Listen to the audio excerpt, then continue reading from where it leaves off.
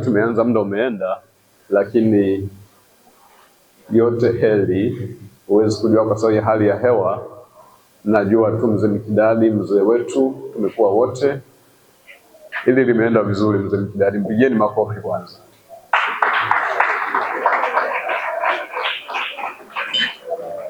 Ni mpambanaji, na katika hili mzee Mikidadi, niseme tu tunakusaluti. Tuendelee na hizo harakati za kuwaombea watoto wetu. Bila maombi hazifikika popote. Taaluma bila Mwenyezi Mungu si lolote. Baada ya kusema hayo, nisema karibuni sana. Asalamu alaykum.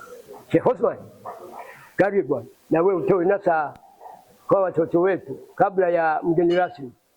Aya nyingi zilizopo kwenye Qur'ani, karibia aya 6000 mashekhe wanavyotufundisha, lakini aya ambazo zimewekwa wazi kwenye mambo mengi ya kusherehekea ni swala la elimu,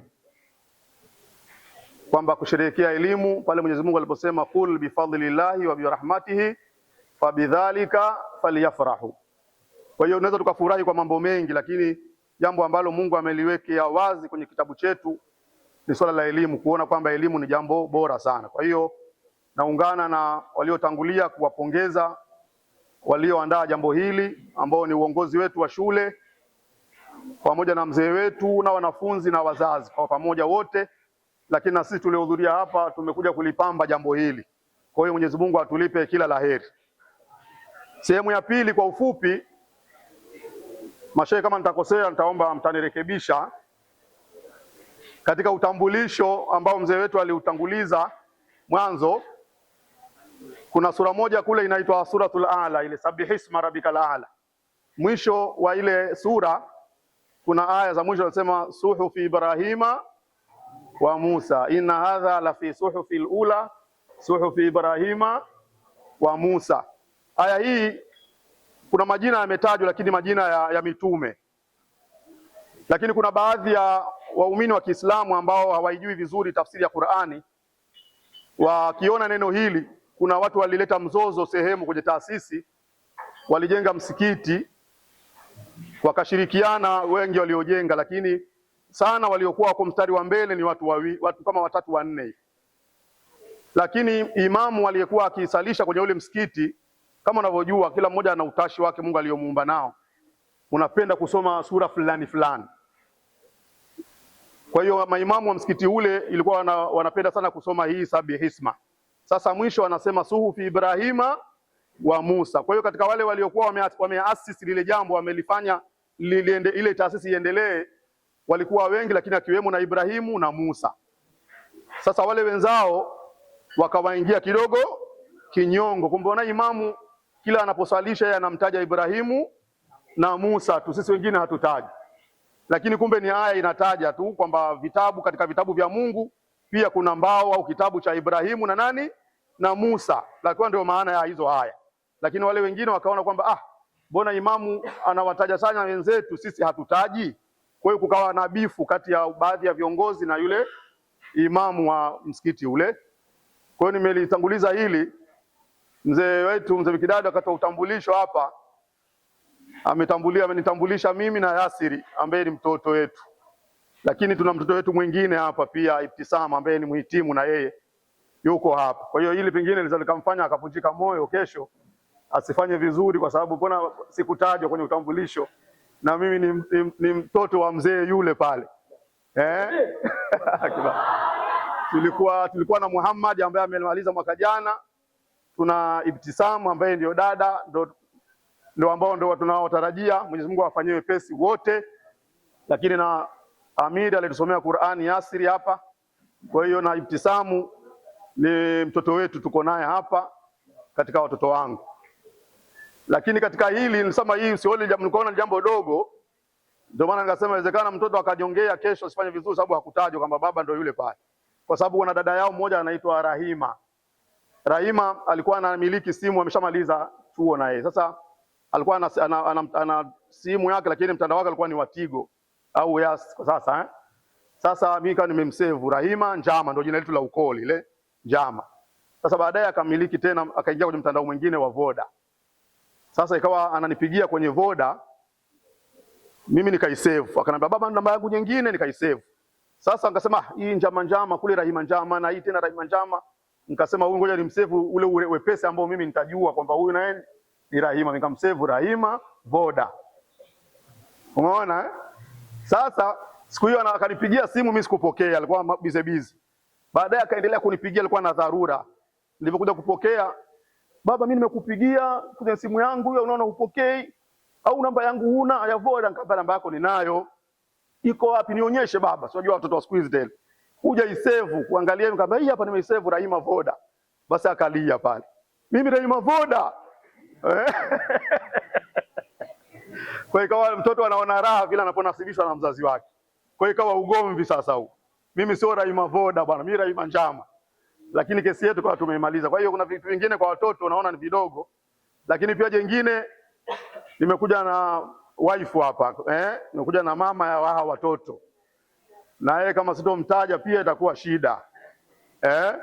Kuna shehe mmoja nasemekana kuna mahali alikuwa anatoa mawaidha mazuri kwenye msikiti. Yule shehe kawa ile jamii pale inamsifia, shehe fulani bwana akitoa hutuba Ijumaa, mashaallah. Sasa zile habari zikaenda, kina mama wakazipeleka nyumbani kwa mke wa shehe. Akaambia mashaallah, mama Ibtisamu, baba Ibtisamu kwa kweli ya maisha yake mazuri, analenga kwenye jamii tunayoishi nayo na nini.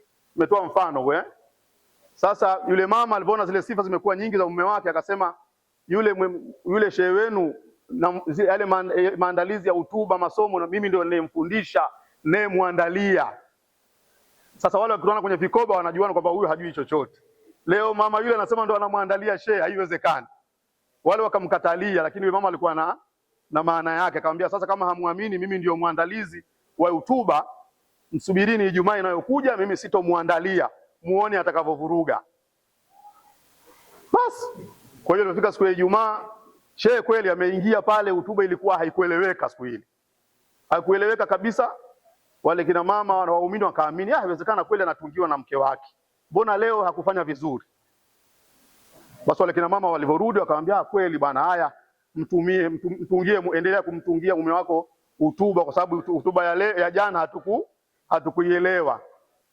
Sasa ilikuwa sio kwamba anamuandalia aya hadithi, yeye alikuwa ndio anamuandaa yule bwana kwa ajili ya kwenda kutoa hutuba.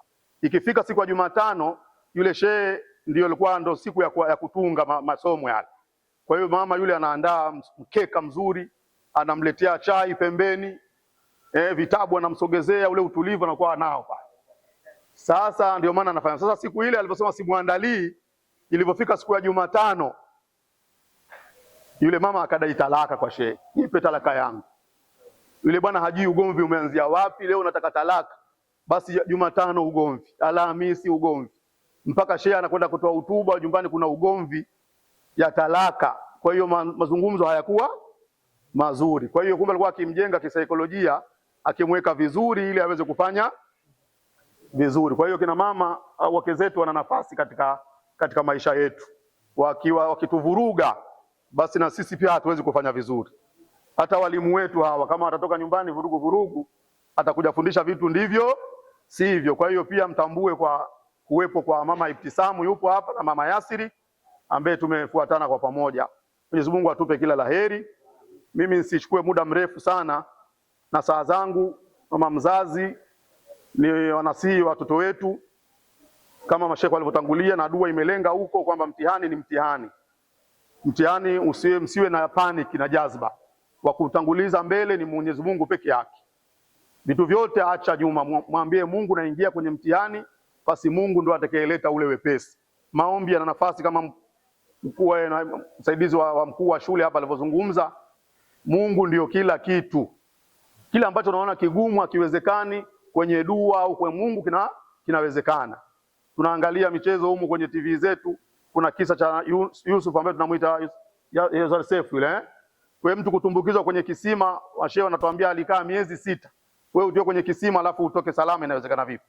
Yunus amekaa kwenye tumbo la samaki miezi, wengine wanasema 6, wengine 3, wengine, lakini yote ilikuwa maombi ndio aliwafanya wakaweza kutoka salama katika maeneo yale. Kwa hiyo watoto wetu, ndio alikuwa niko na mzee hapa nikamwambia watoto wanasomewa dua inasomwa, lakini hawanyanyui hata mkono na wao kuonyesha, kwa sababu moyo kweli ndio unaopokea, lakini na ile mikono, zile hisia nazo zinafanya na Mungu aone watu wako serious na jambo kuweza kukubaliwa na hili jambo. Ndio nikamwambia mzee, hebu akumbushe baadhi ya watoto dua shekhe anasoma, dua nzuri, lakini baadhi yetu tumekunja viganja vya mikono, hatutoe ushirikiano kwenye baadhi ya viungo kuelekea kulipokea hili dua. Kwa hiyo watoto, dua ni muhimu, na hili lichukueni katika maisha yenu yote. Msiwe tu mmemaliza mtihani hapa mkitoka masuala ya dua tena hayapo. Kila stage unapokwenda kwenye madaladala humo, tukiingia humo tuna maneno mengi yanaandikwa, sio kila maneno ya kipuuzi, mengine huwa yanafundisha. Kuna madaladala huko sasa ya Buza, wengine wameandika kila hatua dua, kila hatua dua. Kwa hiyo na kila stage mtu anataka kwenda, basi amuombe Mwenyezi Mungu, Mwenyezi Mungu atampa. Kwa hiyo watoto wetu Mwenyezi Mungu awajalie, nyinyi ambao mnaondoka mfanye vizuri, lakini na hawa ambao watabaki, basi na nyinyi mjitahidi pia mfanye vizuri, na nina imani shule yetu ni nzuri, walimu wanajitahidi sana pamoja na uongozi wote wa shule. Shule yetu inafanya vizuri, kwa hiyo tusibweteke kwa kufanya vizuri. Ndio maana Jumapili kulikuwa na dua na leo tuna dua, Ijumaa juzi kulikuwa na dua na leo dua, ili mradi kujipendekeza kwa Mwenyezi Mungu ili atuweze kutufanyia mambo yaliyokuwa mazuri. La mwisho ambalo ni deni tunaondoka nalo hapa, mimi na mama Ibti, mama Yasir. Kuna sahaba mmoja anaitwa Abu Dhari, wengine wanasema alikuwa ni Abu Dardai, lakini mmoja katika hao alitembea katika safari yake peke yake, lakini njiani akakutana na watu wawili wanaume, wakasalimiana. Sasa katika wale watu wawili, mmoja anamjua vizuri sana yule Abu Dardai au Abu Dhari, lakini yule mwingine hamjui yule bwana ni nani na yukoje mwenendo wake. Sasa yule anayemfahamu yule Abu Dhari akatoa sifa kwa yule mgeni, akamwambia, bwana, unamfahamu huyu? Huyu ndo Abu Dhari. Huyu bwana ni mtu mkarimu, mtu mpole, mtu mcha Mungu sana. Huyu mtu ananyanyuka usiku anaswali sana. Akataja sifa nyingi tu. Abu Dhari sifa nyingine anasema wala sinazo, lakini yule bwana amenisifia mbele ya mgeni. Basi alivyotoka pale wakamaliza, akamshukuru, akamwambia amin. Kila anaposifiwa na zuri yeye anaitikia amin, hata kama hana yale mazuri. Sasa aliporudi nyumbani, yule aliyesifiwa amekaribia mlangoni, kwa sababu alikuwa anaishi na mama yake mzazi, baba yake alitangulia, alishafariki. Kwa hiyo alipoingia tu akaingia na kilio, akawa analia sana. Katika kilio chake kile, mama yake akamwambia, mwanangu, umepatwa na nini? Umetoka hapa vizuri na furaha, leo unarudi na kilio, umepatwa na nini? Akamwambia, mama, nina deni kubwa sana. Deni gani? Asema, nimekutana na watu wawili, yule mmoja akanisifia sana, mimi naamka usiku na swali, mimi nafunga sana, mimi mkarimu, natoa sadaka, mimi sijui nahudhuria kwenye mambo ya kijamii, mambo mengi ambayo sina. Kwa hiyo amenipa mzigo, amenipa deni, inabidi yale aliyonisifia yale nende nikayafanye kule. Unaona? Kwa hiyo tumesifiwa Yasiri, tumemlea, lakini tunajua mlezi ni Allah tabaraka wa taala, na sisi ni sababu pia wazazi, lakini ni mambo ni fadhila za Mwenyezi Mungu. Kwa hiyo mimi na mwenzangu tunaondoka na deni kwa watoto wetu, na wote katika hali ya namna hiyo. Unaposifiwa jambo ambalo huna na ni nzuri, basi hakikisha uende ukalifanye. Bwana anaamka usiku anaswali, kumbe uswali, basi fanya bidii kuanzia pale. Sasa nyanyuka ili kukava ile nafasi ya watu uliopewa. Ile ana nidhamu. Msomaji wa Qur'ani, mashaikh wanatufundisha katika aya alizosoma, pia zimegusagusa huku kwenye malezi huko. Kuna aya moja wasema, wa ibadur rahman alladhina yamshuna ala al-ardi haunan wa idha khatabahumul jahilun. Nidhamu. Ilikuwa naongea na mgeni rasmi hapa, katika vitu ambavyo tumekuwa tunanong'onana, nasema nidhamu ikiwepo mahali kila kitu kinakaa vizuri. Nidhamu ikiwepo, elimu huwa haingii sehemu ambayo haina nidhamu. Ndio maana kila siku tunahimizwa mashuleni na maeneo mengine ya kazi na sehemu nyingine, nidhamu. Kwa hiyo wanafunzi mnaotoka, msione mmemaliza, endelezeni nidhamu huko mnakokwenda. Lakini na nyinyi mliokuwepo hapa pia hakikisheni nidhamu mnaimarisha kwa kiwango cha juu sana, ili muweze kupata vizuri. Unamwona mwalimu anakufundisha, lakini pale katikati ya mwalimu kuna Mungu anatuma wajumbe wake, na Mungu ana uwezo wake, anautuma pale. Kwa hiyo unapokuwa na nidhamu, ile milango nayo inafanyaje? Inafunguka, unapokea vizuri na mwalimu naye anatoa vizuri. Nimalizie, mtanisamehe, nimalizie la mwisho ambao na mimi nimelipokea kwa mama Ibti. Hizi nidhamu hizi. Kuna binti alimaliza chuo, amemaliza form 6 kama hivi, ameenda chuoni. Sasa huko hicho alichokisomea chuo, kuna muda ule wa field, unaambiwa nenda, kama ni kwenye mambo ya ustawi wa jamii, kama ni mambo ya TRA, kama sijui ni mambo ya biashara, mambo ya nini, unakwenda kule kwa kile ulichokuwa umekisomea, unakwenda kujifunza. Sasa akiwa kwenye daladala anakwenda kazini, amepanda na wanafunzi wa chuo ambao wanakwenda kwenye field, kumbe wanakokwenda ndio kule kule anakofanya kazi. Lakini ilipofika wakati wa kushuka kwenye daladala ile, kidogo katika hali ya madaladala yetu alimpushi kidogo kwa bahati mbaya, basi yule binti alitoa matusi makubwa sana kumtukana. Kila anakuwa akimweleza, bwana, huyo mama yako huyo muone, kama asema mama yangu nimemwacha nyumbani huko. Basi alitukana, alisema maneno asiyofaa. Bahati nzuri anafika pale, kumbe wale wasimamizi wale wanafunzi na michujo ya kuangalia nani afanye field hapa nani asifanye, yeye ndio msimamizi, na wale waliokwenda pale yeye ndio yule aliyekosa nidhamu. Sasa hapo una nafasi tena, kama sio kama huna hofu ya Mungu, ndio unapomwekea zero kabisa. Maana unamwandikia kabisa, unamwambia bwana, huyu nidhamu hana, afanye hata kurumangia. Lakini ikafika mahali akaona ni mtoto, akamsamehe. Kwa hiyo unaona, unaweza ukajikuta nidhamu sio hapa, maisha kila hatua. Kila hatua unayokwenda. Kwa hiyo nisiwachoshe sana, kwa sababu zangu wamesema mengi na mgeni rasmi ndio nafasi yake. Kwa hiyo sisi tumekuja hapa, tumeacha shughuli zetu zote, lengo kuja kuwaombea kwa Mwenyezi Mungu mfanye vizuri. Dua itakuwa ya mwisho. Mzee anasema dua tivitoshe, kwamba dua imesomwa, asila tutafi na dua nyingine nyingi. Mwenyezi Mungu awajalie mfanye vizuri sana sana sana, na hawa waliobaki na maeneo mengine Tanzania nzima tumeiombea hapa. Mwenyezi Mungu atupe amani, lakini pia atupe ufaulu mkubwa katika nchi yetu, ili tupate viongozi waliokuwa bora. Kwa haya niseme asalamu alaikum wa rahmatullahi wa barakatuh. Tutamkaribisha rasmi aweze kutoa lake ambalo amekuja nalo, atuelezee, atunasi wanafunzi. Yeye ndiye anajua atakachokizungumza. Karibu rasmi. Alaikum wa rahmatullahi wa barakatuh. Bismillahir Rahmanir Rahim. Alhamdulillahi Rabbil Alamin, wa salatu wa salamu ala Rasulillah sallallahu alaihi wasallam, ambaye kwa yeye kila jambo hukusudiwa na kwa yeye kila jambo linawezekana. Lakini pili, nishukuru utawala wa shule ya Mzinga, uongozi wa shule, kwamba kesho ni mtihani, lakini wakaona ni bora katika mambo haya ya kitaaluma vijana wetu waombewe dua, na kumruhusu mzee wetu Mikidadi kuandaa jambo hili kwa ajili ya kufanya dua ya vijana wetu. Mimi nampongeza sana, naomba tumpe shukurani mkuu wa shule na timu yake, na naona wakamu yuko hapa, tunawashukuru sana. Lakini lingine nimshukuru mzee Mikidadi. Mzee Mikidadi, historia yake, ni mlezi wa wanafunzi Tanzania katika majambo haya ya kuhakikisha watoto wanalelewa katika maadili, kama ambavyo shehe wangu hapa alikuwa anamalizia na yale maneno ya mwisho. Watu wengi hawafahamu kwamba elimu huwa imeambatanishwa na hii taratibu ya maadili, nidhamu. Nidhamu neno la Kiarabu ambao maana yake sio shikamoo. Nidhamu maana yake ufuate taratibu. Kwa hiyo kile tunachokiona kwenye elimu, lazima kuna utaratibu, lazima ufuatwe. Na huu utaratibu anaweka nani? Mwenyezi Mungu mwenyewe. Na kwa elimu ndio kila kitu Mungu amejalia kifanywe kwa utaratibu wa elimu.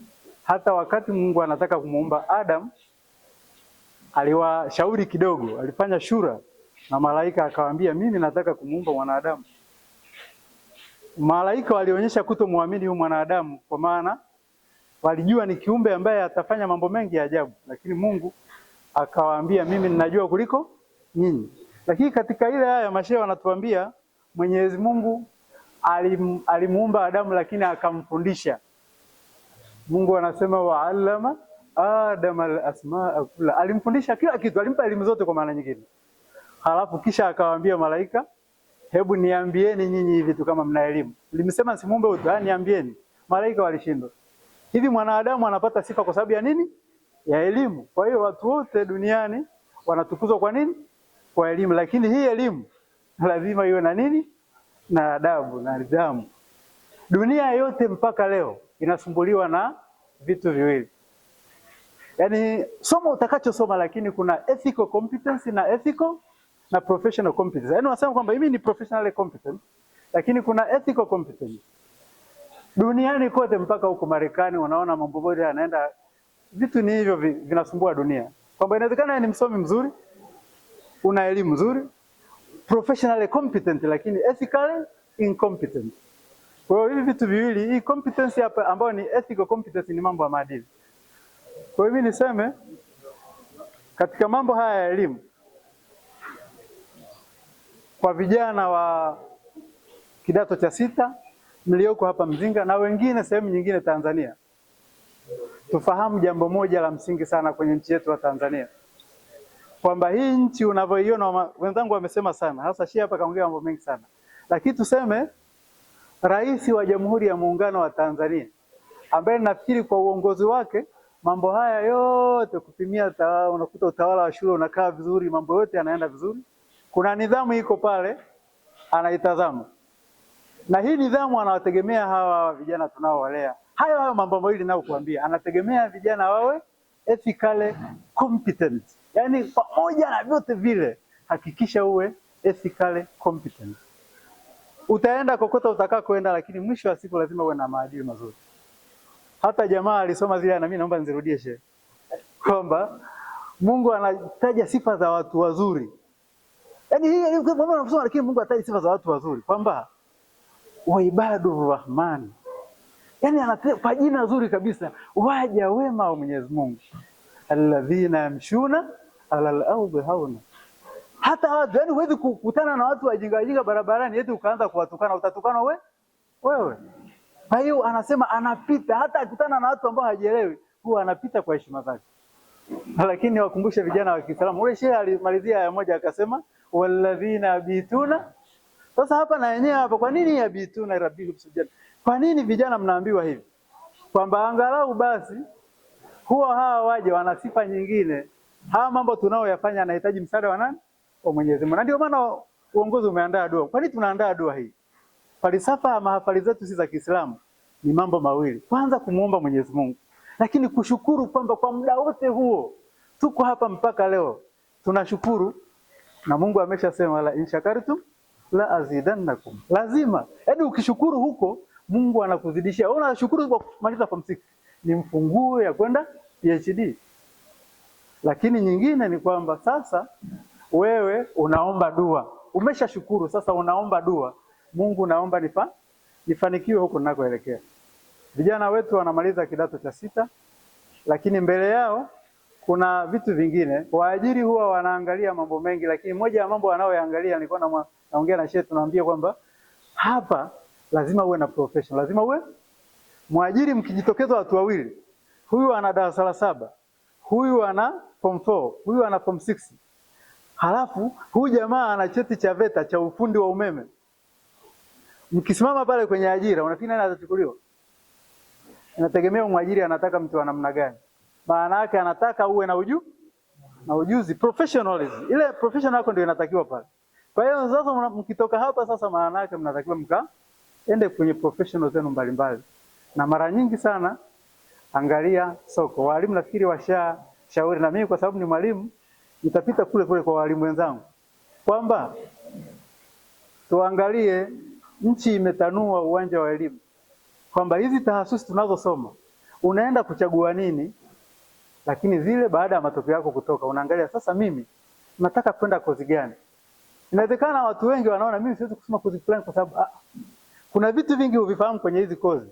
Ukisema kozi fulani ni very marketable. Si wakati tunasoma, mimi nilisoma PCB, lakini wakati tunasoma watu wengi vijana wengi waliacha Muhimbili, walikuwa wamechagua udaktari, wakasema sisi tunataka kusoma BCom bwana. Ndio akasema sisi tunataka kusoma BAF. Kwa nini? Kipindi hiyo BUT wanaajiri watu, mshahara kipindi hiyo wanasema 800,000.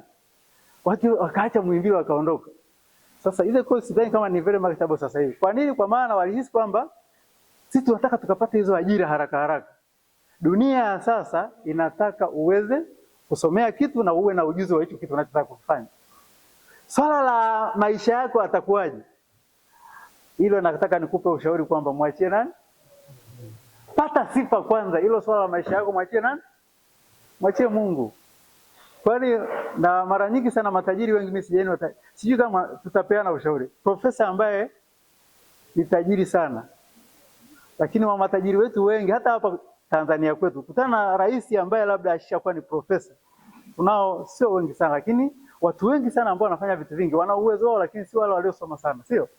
Lakini waliosoma sisi kama watu kwa maana mambo yale ya maisha yako, kufanikiwa kwako inataka uwe na sifa, lakini mafanikio mtegemea nani? Mwenyezi Mungu.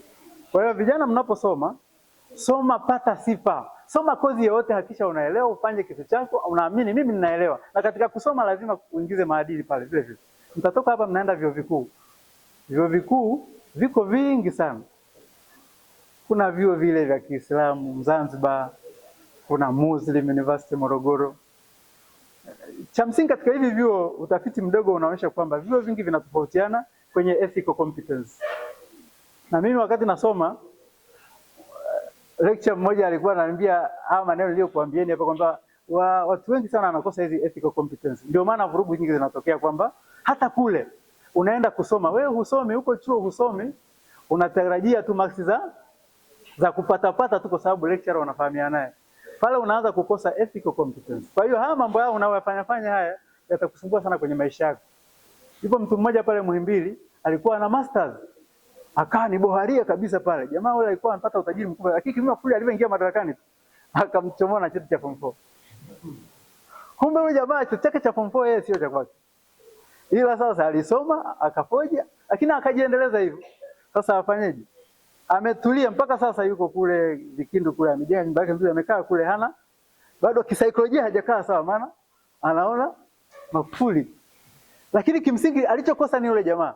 Na nafikiri hata pale kwa kazini kwake utakapomfuatilia, haimaanishi kwamba alikuwa anafanya. Kwa sababu kama umeshaanza kufoji cheti chako, tunakutegemea hata kazini kwako, utaamua tu kudanganya serikali.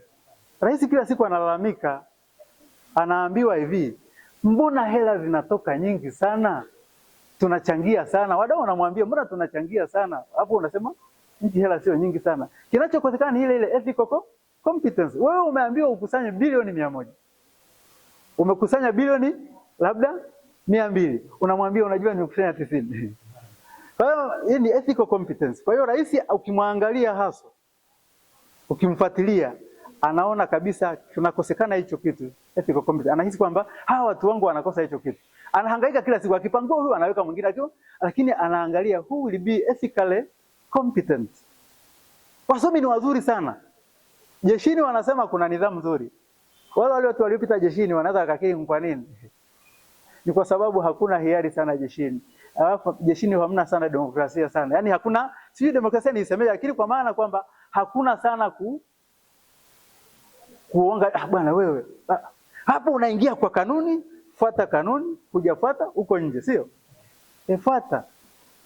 Hasa kwa Muislamu, kijana wa Kiislamu, kwa nini wewe ni mtu wa kusumbua jamii, uwe ni mtu wa kusumbua? Hata hapa shule nisingependa kumuona kijana ambaye una elimu zile, una maadili yale, wewe uonekane ni kikwazo kwa walimu. Na hivyo hivyo hatutegemei uwe kikwazo kwa walimu kwa chuo unachoenda. Kuna kijana wangu mmoja sasa hivi ni mwanajeshi kule Mbeya, anaitwa Maulidi. Familia yake inakaa pale Mwanagati. Walikuwa tuna watu wa kawaida wa chini sana. Wakati amemaliza pale form 4 akachaguliwa Kibiti sekondari. Alichaguliwa PCM. Akasema mwalimu, nimeenda ile shule lakini kule singambia usisahau ethical competence yako. Ndio nani? Yaani ndio wakili wako atakayokutetea. Akamaliza pale akapata division 2. Akachaguliwa kwa mujibu aende wapi? Jeshini. Akasema mwalimu, mimi sina anayenijua. Naona watu huko wanaenda kwa vimemo, nikamwambia mimi nakufahamu. Yale mazoezi yako ninakufahamu. Wewe ongezea kitu kingine ambacho watu wengine hawataongeza. Competence, ethical competence. Hiyo ni discipline yako hapo. Kaa nayo tu, halafu mtegemee nani? Unajua yule kijana wakati alivyorudi akachaguliwa